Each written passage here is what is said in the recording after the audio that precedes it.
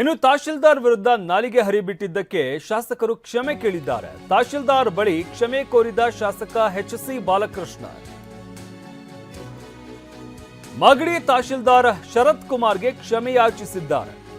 ಈ ಹಿಂದೆ ತಹಶೀಲ್ದಾರ್ ವಿರುದ್ಧ ನಾಲಿಗೆ ಹರಿಬಿಟ್ಟಿದ್ರು ಎಚ್.ಸಿ. ಬಾಲಕೃಷ್ಣ. ನೌಕರರ ಸಂಘದ ಕಾರ್ಯಕ್ರಮವೊಂದರಲ್ಲಿ ಕ್ಷಮೆ ಯಾಚಿಸಿದ್ದಾರೆ. ಜನರಿಂದ ಚಪ್ಪಲಿಯಲ್ಲಿ ಹೊಡಿಸ್ತೇನೆ ಅಂತ ಹೇಳಿದಂತಹ ಬಾಲಕೃಷ್ಣ ತಮ್ಮ ಹೇಳಿಕೆ ಕುರಿತು ಕ್ಷಮೆ ಕೋರಿದ್ದಾರೆ ಶಾಸಕ ಬಾಲಕೃಷ್ಣ. ಹಾಗಾದ್ರೆ ಏನ್ ಹೇಳಿದ್ರು, ಅದಾದ ನಂತರ ಏನ್ ಕ್ಷಮೆ ಕೇಳಿದ್ದಾರೆ ಕೇಳೋಣ. ಯಾವ ಕೆಲಸ ಮಾಡಲ್ಲ ಅವನ ಹೆಸರು ಮತ್ತೆ ನಿಮ್ಮ ಅವ್ರ ಫೋನ್ ನಂಬರ್, ರೈತರ ಫೋನ್ ನಂಬರ್ ಬರ್ದು ಹಾಕ್ಲಿ. ನಾನು ಎಸಿನ ಕರೆಸ್ತೀನಿ. ತಿಂಗಳು ಒಂದ್ಸರಿ ಕಂಪ್ಲೇಂಟ್ ಬಾಕ್ಸ್ ಓಪನ್ ಮಾಡೋಣ, ಇಲ್ಲಿ ಕೂತ್ಕೊಳ್ಳೋಣ. ಜನ ಬಂದು ಅವ್ರು ಉತ್ತರ ಹೇಳಿ ನೀವು ಇಲ್ಲದ್ರೆ ಹೆಕಡೋದನ್ನು ಹೊಡಿಸ್ತೀನಿ ನಾನು. ನನ್ನ ಮೇಲೆ ಸೋಷಿಯಲ್ ಮೀಡಿಯಾದಲ್ಲಿ ಹಾಕೋರು ಪರವಾಗಿಲ್ಲ.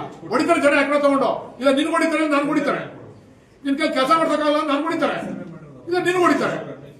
ಯಾರು ಹಾಕ್ತಾರೆ ಕುಚಿತ ಮಾತಾಡ್ತಾರೆ ಬಾಲಕೃಷ್ಣ ಅಂತ. ಇನ್ನೇನು ಮಾತಾಡ್ತಾರೆ ಮುತ್ತಿಕ್ತಾರ ನಿಮ್ಗೆ? ಆಚೆ ಆಗಲ್ಲ ನಿಮ್ಗೆ? ಜನಗಳನ್ನ ಯಾಕ್ರಿ ಸಾಯಿಸ್ತಾರಲ್ರಿ? ಎಲ್ಲಾರು ಸಾಯಿಸ್ತೀರಲ್ರಿ ಯಾಕ್ರಿ? ನಿಮ್ ಕುಟುಂಬದಲ್ಲಿ ಯಾರು ಸುಂದಿರ್ತೀರನ್ರಿ?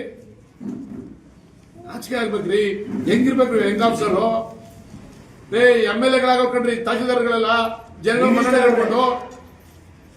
ಅವನ ನಮ್ಮ ಇವರು ಕೋಲಾರ DC ರವಿ ಸತ್ತಾಗ ಜನ ಬಂದು ಹತ್ರ ಕಂಡ್ರಿ. ಯಾಕತ್ರು? ಸಾವಿರಾರು ಜನ, ಲಕ್ಷಾಂತರ ಜನ ಯಾಕತ್ರು? ಮತ್ತೆ ಅದನ್ನ ಈಗ ನಿಮ್ಗೆ ಹೇಳ್ತಾರ ನನ್ನ ಮಗ ತೊಲಬೋದ ಕಣೆ ಅಂತಾರೆ.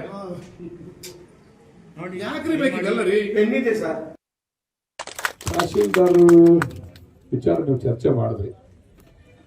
ತಹಶೀಲ್ದಾರ್ ಹತ್ರ ₹1 ಎಕ್ಸ್ಪೆಕ್ಟ್ ಮಾಡಿದೆ. ಒಬ್ಬ ಯುವಕ ತಹಶೀಲ್ದಾರ್ ಇರಲಿ ಅಂತ ಕರ್ಕೊಂಡ್ಬಂದು ಹಾಕ್ಸಿದ್ದೀನಿ, ಆ ಜಾಗದಲ್ಲಿ ಕೊಡಿಸಿದ್ದೀನಿ. ಅದಕ್ಕೆ ನ್ಯಾಯ ಒದಗಿಸ್ತಕ್ಕಂಥದ್ದು ಯಾರ ಜವಾಬ್ದಾರಿ? ಒಬ್ಬ ಸಾರ್ವಜನಿಕರು ಸ್ಟ್ರೈಕ್ ಮಾಡ್ತಾರೆ. ಸಾರ್ವಜನಿಕರು ಸ್ಟ್ರೈಕ್ ಮಾಡಿದಾಗ ತಹಶೀಲ್ದಾರ್ಗೆ ಬೈಯಲ್ಲ, ಬೈಯೋದು ಶಾಸಕರಿಗೆ. ನಾನು ಬಂದಾಗ ಅಲ್ಲಿ ಅಧಿಕಾರಿಗಳೇ ತಪ್ಪು ಮಾಡಿರೋದು. ನಾನು ಅಲ್ಲಿ ಒಂದು ಮೀಟಿಂಗ್ ಕರೆದಿದ್ದೆ. ಅಲ್ಲಿ ಯಾರನ್ನ, ಯಾರು ಸ್ಟ್ರೈಕ್ ಮಾಡಿದವ್ರನ್ನ ಕರೆದಿದ್ದೆ, ಅಧಿಕಾರಿಗಳನ್ನ ಎದುರುಗಡೆ ಕುಣಿಸ್ಕೊಂಡಿದ್ದೆ. ಕರೆದು ಕೇಳಿದಾಗ ನಮ್ಮ ಅಧಿಕಾರಿಗಳು ತಪ್ಪು ಮಾಡಿದ್ರು ಅಂದಾಗ ನನಗೆ ಮುಜುಗರ ಆಯ್ತದೋ ಇಲ್ಲ ಒಬ್ಬ ಶಾಸಕನಾಗಿ. ಅಂದ್ರೆ ನಾನೊಬ್ಬ ಗ್ರಾಮೀಣ ಭಾಗದ ಶಾಸಕ. ನಮ್ಮ ಆಡು ಭಾಷೆಯಲ್ಲಿ ಮಾತಾಡ್ಬಿಟ್ಟಿದ್ದೀವಿ, ಕ್ಷಮೆ ಇರಲಿ. ಕೆಲವರು ಅದನ್ನು ಸುಟ್ಕೊಂಡು ಹೊಡಿತಾರೆ, ನಾವು ಹಂಗೆಲ್ಲ ಗೊತ್ತಿಲ್ಲ ನಮಗೆ. ಆಡು ಭಾಷೆಯಲ್ಲಿ ಮಾತಾಡ್ಬಿಟ್ಟಿದ್ದೀವಿ, ಕ್ಷಮೆ ಇರಲಿ. ಕೆಲವರು ಅದನ್ನು ಸುಟ್ಕೊಂಡು ಹೊಡಿತಾರೆ, ನಾವು ಹಂಗೆಲ್ಲ ಗೊತ್ತಿಲ್ಲ ನಮಗೆ.